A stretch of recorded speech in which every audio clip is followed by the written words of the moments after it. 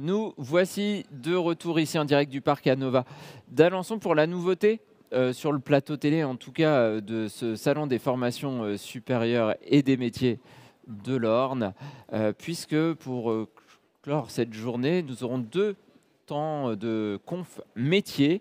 L'idée est venue suite à des échanges avec l'Agence de l'orientation et des métiers de Normandie. Philippe Chérel, bonjour. Bonjour. Vous êtes coordinateur territorial Orne de l'Agence régionale de l'orientation et des métiers de Normandie. Exactement. Pourquoi cette idée d'organiser, au-delà des confs express habituels, des confs métiers? Alors l'idée était de pouvoir, sur un partenariat que l'on a monté avec la PGSU, le conseil départemental, la CEA, pour apporter la valeur métier sur ce salon et puis mettre en lumière des entreprises de la CEA, des entreprises dynamiques. Et le rôle de l'agence de l'orientation et des métiers, c'est, on est ici sur l'orientation, sur le public adulte, mais la deuxième partie également sur les métiers qui est fondamentale. On a une expertise dans ce domaine avec nos ambassadeurs métiers, les ambassadeurs formation et des entreprises qui, sur le territoire, proposent des stages courts, des stages longs.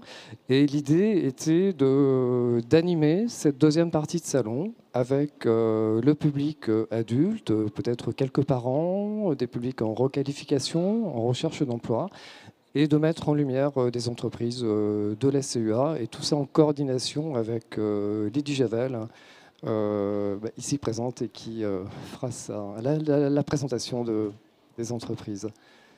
Eh ben, super. Je vais...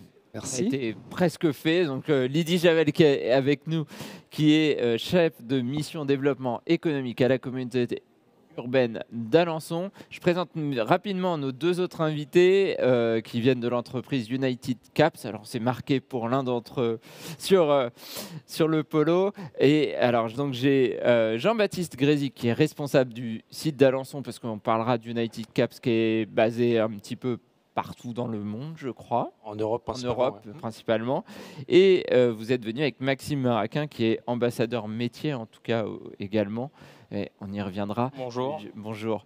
Et donc, Lydie Javel, je vais juste parler de la plasturgie à Alençon, parce que la plasturgie à Alençon, c'est un secteur qui compte. On avait Bolivia tout à l'heure pour la formation, mais c'est aussi des métiers au niveau, et des entreprises au niveau de la communauté urbaine. Bonjour, oui, tout d'abord, merci pour cette mise à l'honneur de nos entreprises locales. Je vais juste me présenter rapidement. Donc, effectivement, je suis responsable de la mission développement économique. C'est un service de la communauté urbaine d'Alençon qui accompagne les entreprises du territoire dans leurs projets, dans leur développement, et qui accompagne aussi à l'implantation d'entreprises. Et on en a un exemple aujourd'hui avec United Caps. Donc, United Caps est représentant de la filière plasturgie. C'est une filière phare du territoire.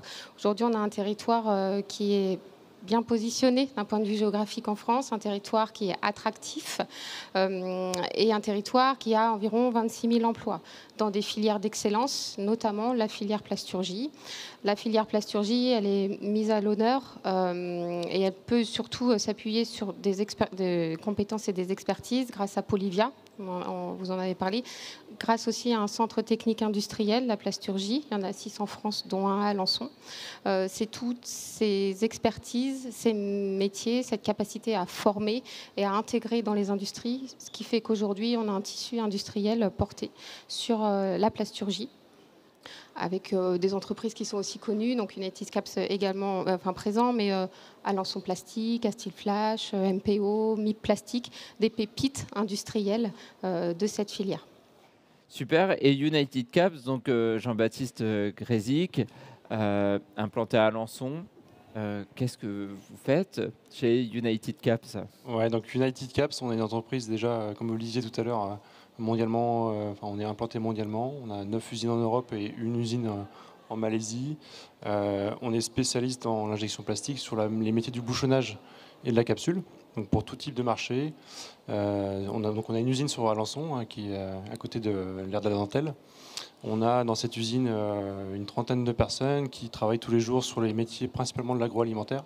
Donc on va livrer principalement dans une périphérique de 200 km sur des entreprises comme Isigny Sainte-Mère, comme Lactalis, comme Nestlé par exemple. Et donc nous, on est vraiment acteur de la plasturgie pure et dure. On ne fait que ça. Et donc notre vision aujourd'hui, notre présence, c'est aussi de faire valoir les métiers de la plasturgie qui sont aujourd'hui des métiers importants à nos yeux. Et donc vous avez amené des objets pour représenter un petit peu l'entreprise. Donc, autant les bouchons bleu, blanc, rouge, je vois très bien ce que c'est.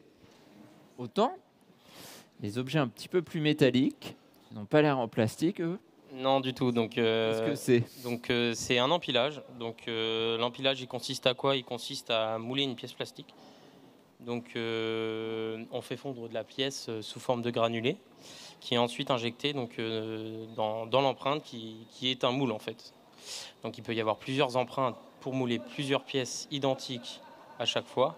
Et donc là, c'est un empilage qui est dans un moule de 48 empreintes. Donc, en fait, on moule 48 pièces toutes les 5 secondes sur ce type de moule-là. Et donc ces pièces-là, elles viennent ensuite sur des bouteilles de lait, elles viennent sur quel ça, support ? donc elles viennent sur donc des bouteilles et puis donc ça peut être autant des produits laitiers que des produits type jus de fruits ou d'autres types d'aliments ou de liquides. Donc ça, c'est vraiment votre spécialité, le bouchon ? C'est une de vos grosses spécialités ? Sur Val-Frambert, donc on en fait essentiellement que du bouchon pour peut-être 90% pour l'alimentaire, 100% l'alimentaire. Après, dans le groupe, on fait du bouchon, mais pas forcément pour l'alimentaire. On fait aussi pour des huiles, par exemple. Et en termes d'autres produits, l'agrochimie et voilà. Super. Alors, je crois qu'on a quelques images à vous proposer pour voir un petit peu à quoi ressemble l'entreprise United Caps. Je crois que la régie fait signe que c'est tout bon. Ça arrive sur votre écran dans quelques instants. What do we mean when we say that we're better united? That, in today's ultra-competitive, fast-moving world, big ideas are powered by a one-of-a-kind partnership with United Caps. That, for over 80 years, the world's best brands have trusted us to help deliver their product experience. Or that here at United Caps, good enough is not enough, because good is the enemy of better. It all stems from our understanding that United starts with you. And because our close to you approach is more than just a catchphrase, it's about putting our innovation where it's needed most in ways that only United Caps can. We've been globalizing and mobilizing that innovation around the world at speed. Our investment in people and new plants in England, Malaysia and France leads to better relationships from deep within the supply chain right through to the product arriving on the shelf. Development of world-class R&D facilities in Messier delivers even better design capabilities. We can do things others can't. All backed with an outstanding ATC team that ensures a better fit on the production line. That better performance means that more than half the closures we sell are projects delivering answers to very specific challenges our partners have set us in the development of bespoke closures. United Caps has been accelerating the industry in big ways, setting a course for a new era of bold innovation. No one else is this obsessed with engineering a brighter future. That's why we're geared up to meet the industry's biggest challenges. Challenges like tethered closures, born ready to deliver maximum compliance with minimum disruption. And what does that future look like? It looks lighter, smaller, greener. Because whilst we've been growing our global footprint, we've also been reducing our carbon one. And we know there's still more to do. So beyond that, we're looking now for new ways to keep products and materials in the circular economy for as long as possible by reusing, repairing, refurbishing and recycling. We see huge potential here, and when we spot major potential, we're on it. We're moving forward with a commitment to give back. And we're sparking meaningful change with a collective approach to reducing emissions, opening up new opportunities for better. United we stand with our customers by providing a unique portfolio, breadth and depth, plus the global scale to serve as an unparalleled catalyst for our partners' biggest ambitions. So if you've got a big idea, let's do something better together.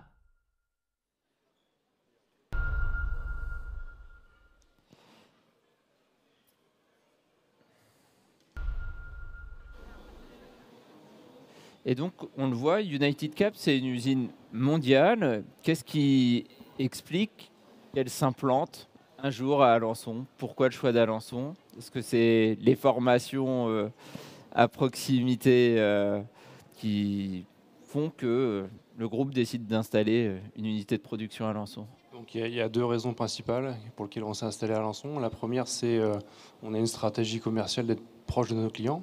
Donc on a un bassin dans l'agroalimentaire qui est très riche en Normandie et en Bretagne. Donc ça, c'est une des premières raisons. Et la deuxième raison, pourquoi Alençon, c'est qu'on est sur un bassin plasturgie sur lequel on a des formations qui sont disponibles sur ces métiers-là et que la disponibilité immédiate quand on s'installe de ressources, elle est primordiale pour bien démarrer. Ça veut dire que vous avez la main-d'œuvre quasiment à former qui sort essentiellement de Polivia, qui peut venir travailler chez vous en fait. Alors, c'est pas si simple, mais en tout cas, ça contribue d'une manière plus rapide à trouver les bonnes ressources. Ouais. Maxime, pardon, cherchez votre prénom. Vous, c'est quoi votre parcours? Comment vous êtes arrivé chez United Caps? Alors, comment je suis arrivé? Donc, j'ai entendu qu'une entreprise se montait dans la région. Et donc, je me suis dit tout d'abord que ça pouvait être une opportunité pour moi, étant donné que j'avais quelques années d'expérience dans une autre entreprise, en plasturgie également, mais malheureusement où il n'y avait pas forcément de possibilité d'évolution, étant donné que mes collègues étaient plutôt jeunes et ces personnes-là qui avaient un poste supérieur à moi n'avaient pas dans l'optique de partir ou quoi que ce soit. Donc tout d'abord, c'est ça le fait que je suis arrivé chez United Caps, du moins. Formé à Alençon? Alors ouais, formé à Alençon, donc j'ai effectué un BEP, un bac pro avec anciennement l'ISPA, donc qui est maintenant Polivia, qui a été repris par Polivia. Donc j'ai fait tout en alternance dans une petite entreprise locale. Et ensuite j'ai continué, donc j'ai fait un BTS en alternance également, donc dans une grosse entreprise d'automobile. Et donc mes 5 années d'expérience avant d'arriver chez United Caps. Maintenant, ça fait combien de temps que vous êtes chez United Caps? Donc j'ai fait les débuts, donc l'ouverture de l'entreprise sur Val-Frambert. J'ai fait 3 mois de formation, donc avant sur Lons-le-Saunier, donc l'entreprise, l'autre entreprise United Caps. Et donc j'ai suivi les machines, donc on a été formé sur les machines, connaître les produits, connaître les machines. On a fait l'installation, le démarrage sur le site de Val-Frambert. Donc ça va faire 4 ans au mois de mars donc, que je suis chez United Caps. Et vous, Jean-Baptiste, United Caps, une formation en plasturgie? Pas du tout? Pas du tout, moi je ne suis pas plasturgiste à la base. Moi je travaillais beaucoup dans l'automobile auparavant, sur Flair, et dans le nucléaire spatial juste avant. Et donc par opportunité, j'ai rejoint l'entreprise il y a maintenant bientôt 2 ans. D'accord. Et donc maintenant avec un profil un peu plus plasturgie forcément? Ça vient au quotidien, petit à petit. au travers des équipes. Ouais. Et le recrutement, c'est essentiellement des gens qui ont une formation plasturgie ou vous avez d'autres profils dans l'entreprise? Alors, on est une industrie conventionnelle, donc on a les métiers conventionnels de la production, c'est-à-dire production, agent de production, conducteur de ligne. Donc là, on est plutôt sur des recrutements qui se basent principalement sur l'expérience et beaucoup maintenant sur le savoir-être. Et ensuite, on a les métiers plutôt techniques, donc par exemple la maintenance, sur lequel là, on recrute plutôt sur la base de compétences et de formation initiale ou via de l'expérience. Et ensuite, on a les métiers plutôt, on va dire, techniques que représente Maxime sur la partie régleur, où là, il faut absolument de l'expérience sur le métier, une formation initiale ou de l'expérience suffisamment importante pour pouvoir travailler dans ce domaine. Et on a les métiers aussi de l'outillage, sur lequel, pour produire nos produits, il faut savoir aussi entretenir nos outillages, les maintenir. Et là, il nous faut aussi des gens expérimentés. Alors Maxime, il est régleur, mais il est aussi ambassadeur métier.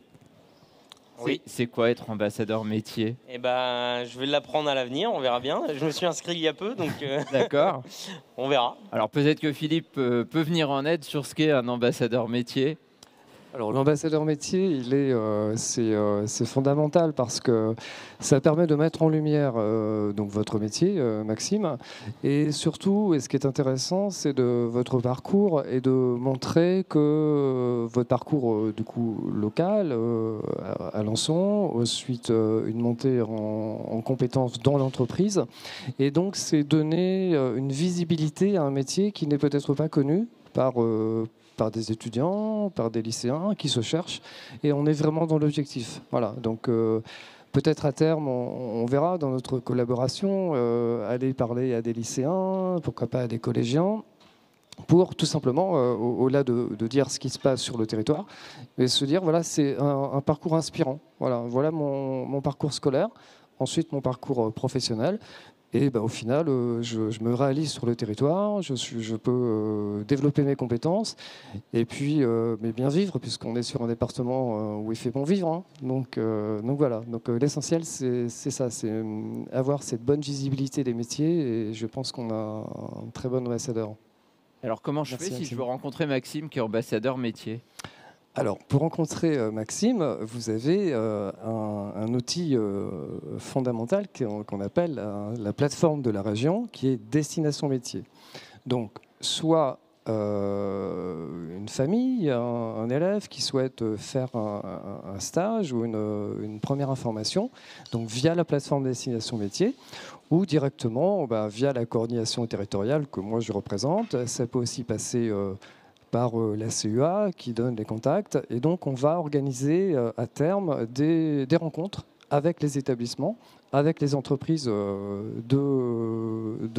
d'Alençon. Et c'est une mise en contact, donc soit direct par les familles sur Destination Métier, ou encore une fois directement, puisque M. Grézic, voilà, on a fait un premier travail de collaboration et s'adresser aussi à l'entreprise pour parfois, ça peut être un rendez-vous, ça peut être dire voilà, je cherche mon orientation, et comment vous avez fait, est-ce que vous pouvez me recevoir. Ça peut être aussi un rendez-vous d'une heure en fait pour dire voilà, et puis ensuite pourquoi pas faire un stage, un mini-stage, ou éventuellement par la suite un stage un petit peu plus long. Alors question pour Jean-Baptiste et Lydie, plus sur le recrutement. Est-ce que c'est compliqué pour les entreprises de plasturgie à Alençon? Est-ce que vous avez des manques? Peut-être pas que dans la plasturgie, on a vu qu'il y avait d'autres besoins ailleurs. Alors aujourd'hui sur Val-Frambert, on va dire en termes de ressources, on est bien. Depuis un moment, on a stabilisé l'entreprise. Depuis environ 2 ans, on est stable sur la rotation des effectifs. Aujourd'hui, on n'a pas de problématique de recrutement. Mais en tout cas, c'est aussi pour ça qu'on est présent un peu partout aussi. C'est pour qu'on soit connu le moment où on aura besoin de déclencher des recrutements. Et aussi pour promouvoir les métiers, parce que tout le monde ne connaît pas ces métiers-là. Pour extrapoler un petit peu, on ne va pas nier qu'il y a des difficultés de recrutement, c'est national, dans des postes techniques ou clés. Maintenant, il y a des solutions locales qui fonctionnent plutôt bien, et c'est aussi grâce à ça que United Caps s'est implanté. Il y a une forte mobilisation des partenaires locaux de l'emploi et de la formation. Quand on a détecté le projet d'implantation d'United Caps au niveau de la communauté urbaine d'Alençon, on a immédiatement proposé une offre d'ingénierie, de recrutement et de formation à l'entreprise. C'est aussi ça qui a permis aux dirigeants de choisir le territoire.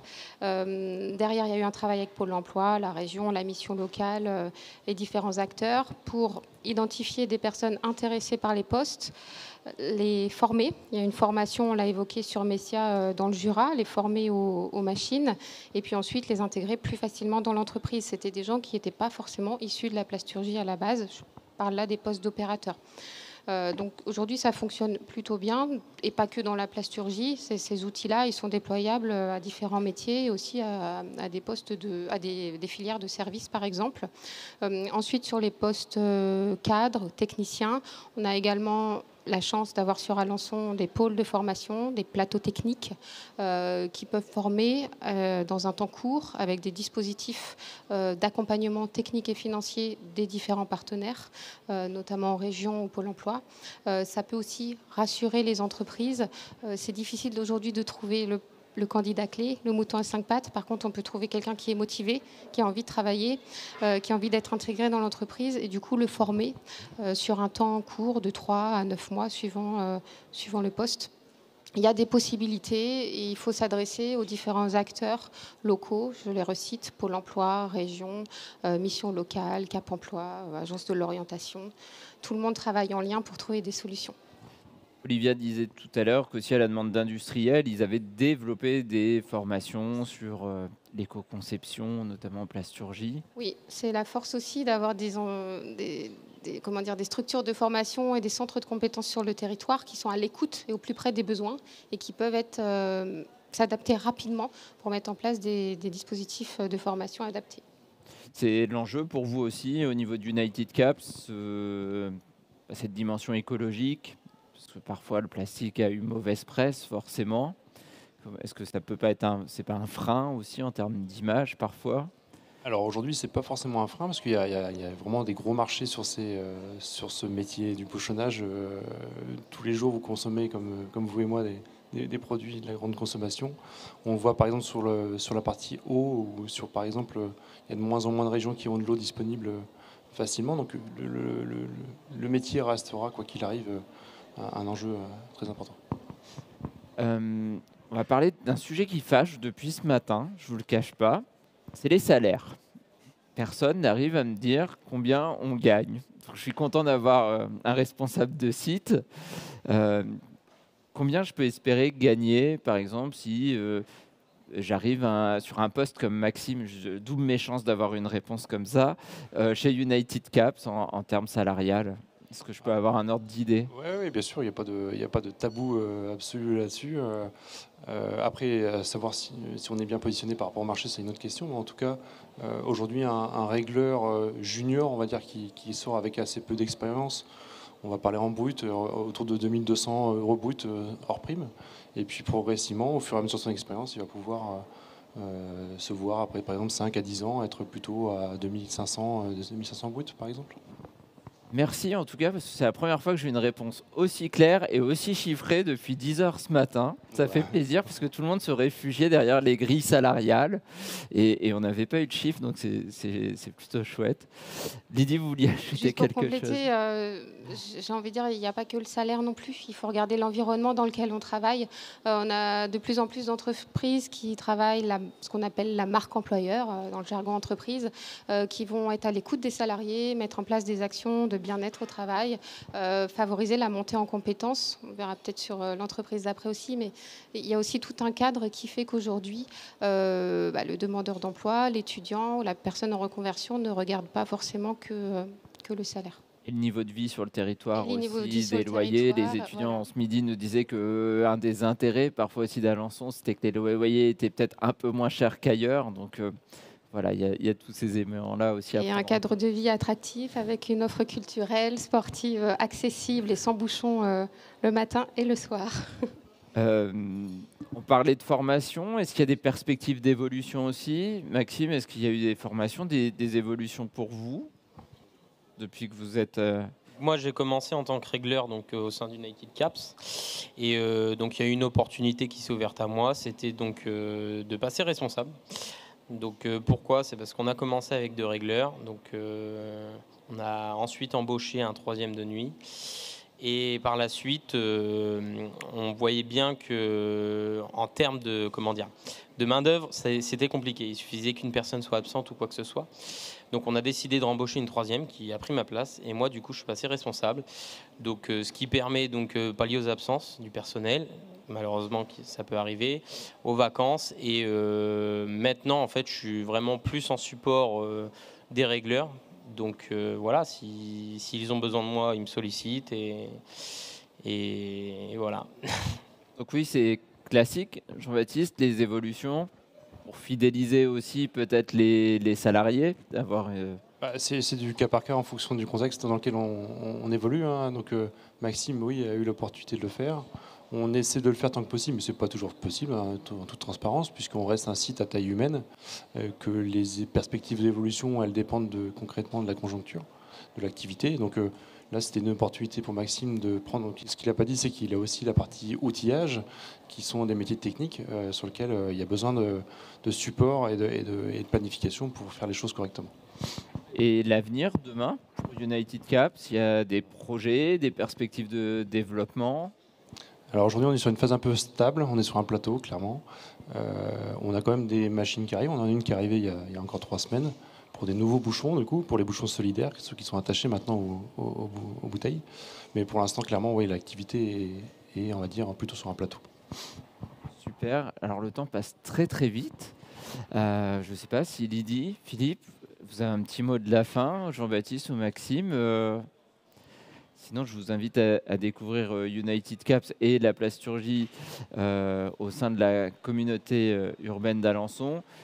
Maxime est joignable via la plateforme des ambassadeurs métiers. Donc, si vous voulez découvrir le métier de régleur, et si vous voulez en savoir plus sur United Caps, je crois qu'il n'y a pas de souci. Si vous souhaitez contacter le site, les coordonnées ne vont pas s'afficher, mais avec un bon moteur de recherche, ça sera facile à trouver à Val-Frambert. Voilà, merci à tous les 4, mais Philippe et Lydie, on se retrouve très vite. On fait une petite coupure et on se retrouve pour la dernière conférence métier ici en direct du parc Anova. À tout de suite.